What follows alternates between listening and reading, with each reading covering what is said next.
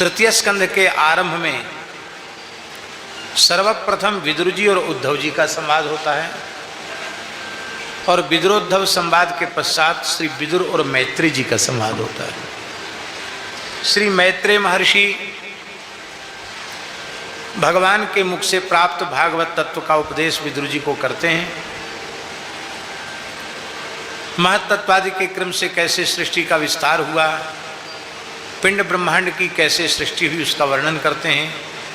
कैसे भगवान के नाभि से कमल प्रकट हुआ, कमल से ब्रह्मा जी प्रकट हुए। ब्रह्मा जी ने पहले 5 प्रकार के अज्ञान की सृष्टि की, पर वह अज्ञानमयी तमोमयी सृष्टि उन्हें अच्छी न लगी। तब पुनः ब्रह्मा जी ने ध्यान किया और ब्रह्मा जी ने मन से भगवान का चिंतन किया। भगवान 4 रूपों में प्रकट हुए, सनक सनंदन सनातन सनत कुमार। उनसे भी कहा तप करो, सृष्टि का विस्तार करो। बोले महाराज हम तो तप ही करेंगे, सृष्टि विस्तार चक्र में नहीं पड़ेंगे। ब्रह्मा जी को थोड़ा रोष हुआ और उनके ललाट के मध्य से एक नील लोहित वर्ण का तेज प्रकट हुआ, जो शवै रुरोध भगवान, सवै रुरोध भगवान देवानाम अपि पूर्वजा, देवताओं के पूर्वज देवादेव महादेव ब्रह्मा जी के भ्रू मध्य से प्रकट हुए। उनका नाम रुद्र हुआ। बोलो रुद्र भगवान की। उनके 11 स्वरूप बताए गए, 11 रुद्राणियाँ उनकी शक्ति बताई गई और कहा कि तुम 11 स्वरूपों से 11 रुद्राणियों से सृष्टि का विस्तार करो, तप करो और सृष्टि का विस्तार करो। शंकर जी भी तपस्या ही करना चाहते थे, सृष्टि विस्तार नहीं। तो उन्होंने ऐसे भयंकर रुद्रगणों की सृष्टि की, उनको देखकर ब्रह्मा जी कांपने लग गए। बोले रे महाराज आप क्या कर रहे हो? आप सृष्टि विस्तार के देवता नहीं हो, आप तो संहार के देवता हो। आप सृष्टि विस्तार के देवता नहीं, आप तो संहार के देवता हो।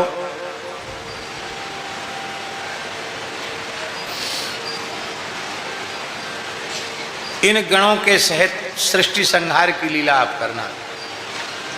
बहुत ध्यान से सुने। शंकर जी अविनाशी हैं, शंकर जी अविनाशी हैं। इसलिए उन्होंने कहा ब्रह्मा जी से कि ब्रह्मा जी हम विनाशी सृष्टि नहीं रच सकते, आप उत्पन्न होकर नष्ट हो जाने वाली सृष्टि, हम विनाशी सृष्टि नहीं रचेंगे। शिव जी के गण भी अविनाशी हैं, इसलिए शिव जी के गण भी शिव स्वरूप ही हैं। रुद्रगण क्या हैं, कौन हैं, इसका सविस्तार रुद्रगणों की सृष्टि के प्रकरण में शिव पुराण में इसका विस्तार से वर्णन है।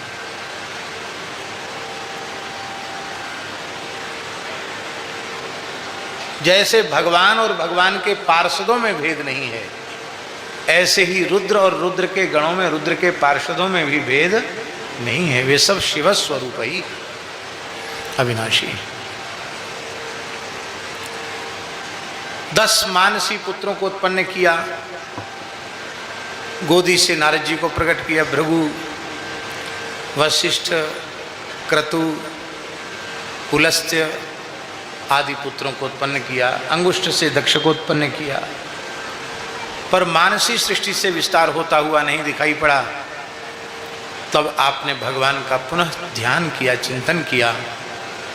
दाहिने भाग से भगवान मनु प्रकट हुए, बाम भाग से अर्ची महारानी प्रकट हुई, शत्रुपा प्रकट हुई, और यहाँ से मैथुनी सृष्टि का, मैथुनी सृष्टि का अर्थ है दाम्पत्य भाव से सृष्टि के विस्तार की प्रक्रिया आरंभ हुई। ब्रह्मा जी ने छाया से महर्षि कर्दम को प्रकट किया था। कर्दम जी तप कर रहे थे बिंदु सरोवर के तट पर बैठ करके।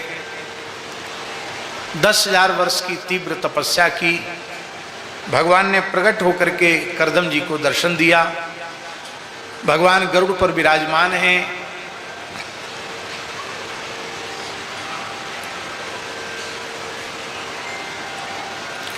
गरुड़ जी की शुक्ल कांति, शुक्ल वर्ण है गरुड़ जी का,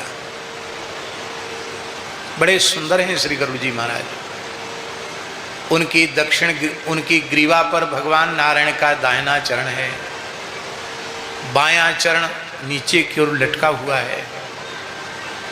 भगवान सुंदर पीताम्बर धारण किए हुए हैं। नक्सिक भगवान का श्रृंगार बहुत सुंदर है। भगवान का विशाल वक्षस्थल है। त्रिवली भगवान के उदर में है। दक्षिणावर्त गंभीर भगवान की नाभि है। आजानुलंबित विशाल भगवान के भुजदंड हैं। शंख को विलज्जित करने वाली भगवान की ग्रीवा है। सुंदर भगवान की ठोड़ी है। सुंदर सुवृत्त सुचिक्कन समुन्नत कपोल भगवान के हैं। अतीव मनोहारी भगवान का अधरोष्ठ है, उत्तरोष्ठ है। चंद्र किरण और कुंदकली को विलज्जित करने वाली दंत कांति है, दंतावली है। भगवान की मुस्कान त्रिभुवन मोहिनी है। भगवान के कर्णांत सुदीर्घ नेत्र बड़े सुंदर हैं, उनमें करुणा का समुद्र उद्वेलित हो रहा है। भगवान की भौहें बड़ी सुंदर कमान के जैसी खिंची हुई हैं। सुदीप्त सुचिक्कन समुन्नत ललाट है। ऊर्ध्वपुंड विराजमान है। केसरयुक्त चंदन की खौर कड़ी हुई विचित्र पत्रावली की रचना है। घुंघराली अलकावली है। मस्तक पर भगवान के बहुत सुंदर मुकुट है। शंख चक्र गदा पद्म धनुष बाण ढाल तलवार, ये 8 आयुध भगवान लिए हुए हैं। अष्टभुज महाविष्णु का दर्शन हुआ। श्री करदम जी साष्टांग चरणों में पड़ गए। भगवान ने करदम जी पर कृपा की। करदम जी को उठाया और करदम जी ने भगवान की स्तुति की। ऋषिरुवाच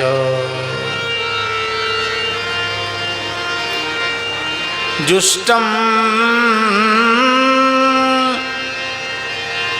बताद्याखिल सत्वरासे सांसिध्यमक्ष्णोस्तव दर्शनान्न सांसिध्यमक्ष्णोस्तव दर्शनान्न। हे भगवान,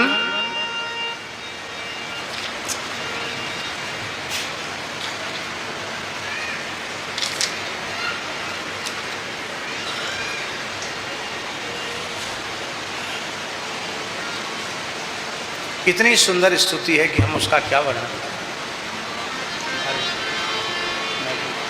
यहाँ कर्दम उवाच नहीं है, यहाँ ऋषिरुवाच है।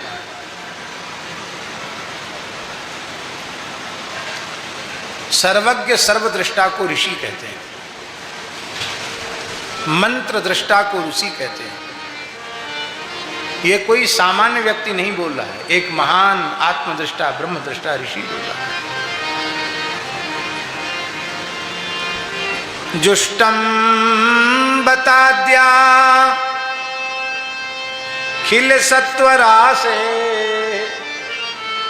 सांसिध्यमक्ष्णोस्तव दर्शनान्न यद्दर्शनम जन्मभिरीड्य सद्भि रासास्ते योगिनो रूढ़ योगा।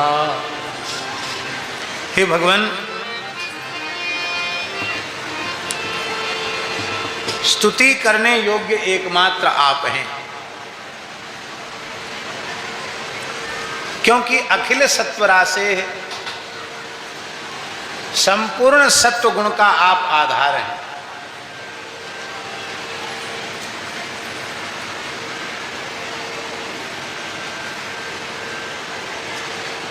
संपूर्ण सत्व गुण का आप आधार हैं।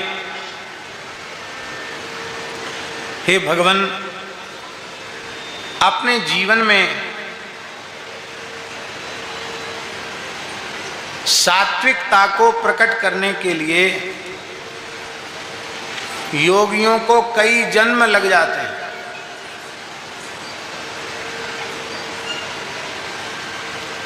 क्योंकि आप संपूर्ण सत्वगुण के आधार हैं। यहाँ करदम जी का भाव ये है कि योगियों को कई जन्म लग जाते हैं, पर मुझे एक ही जन्म में इसी शरीर से आपका साक्षात्कार हो गया। ये हमारे साधन से नहीं हुआ, ये आपकी कृपा से हुआ।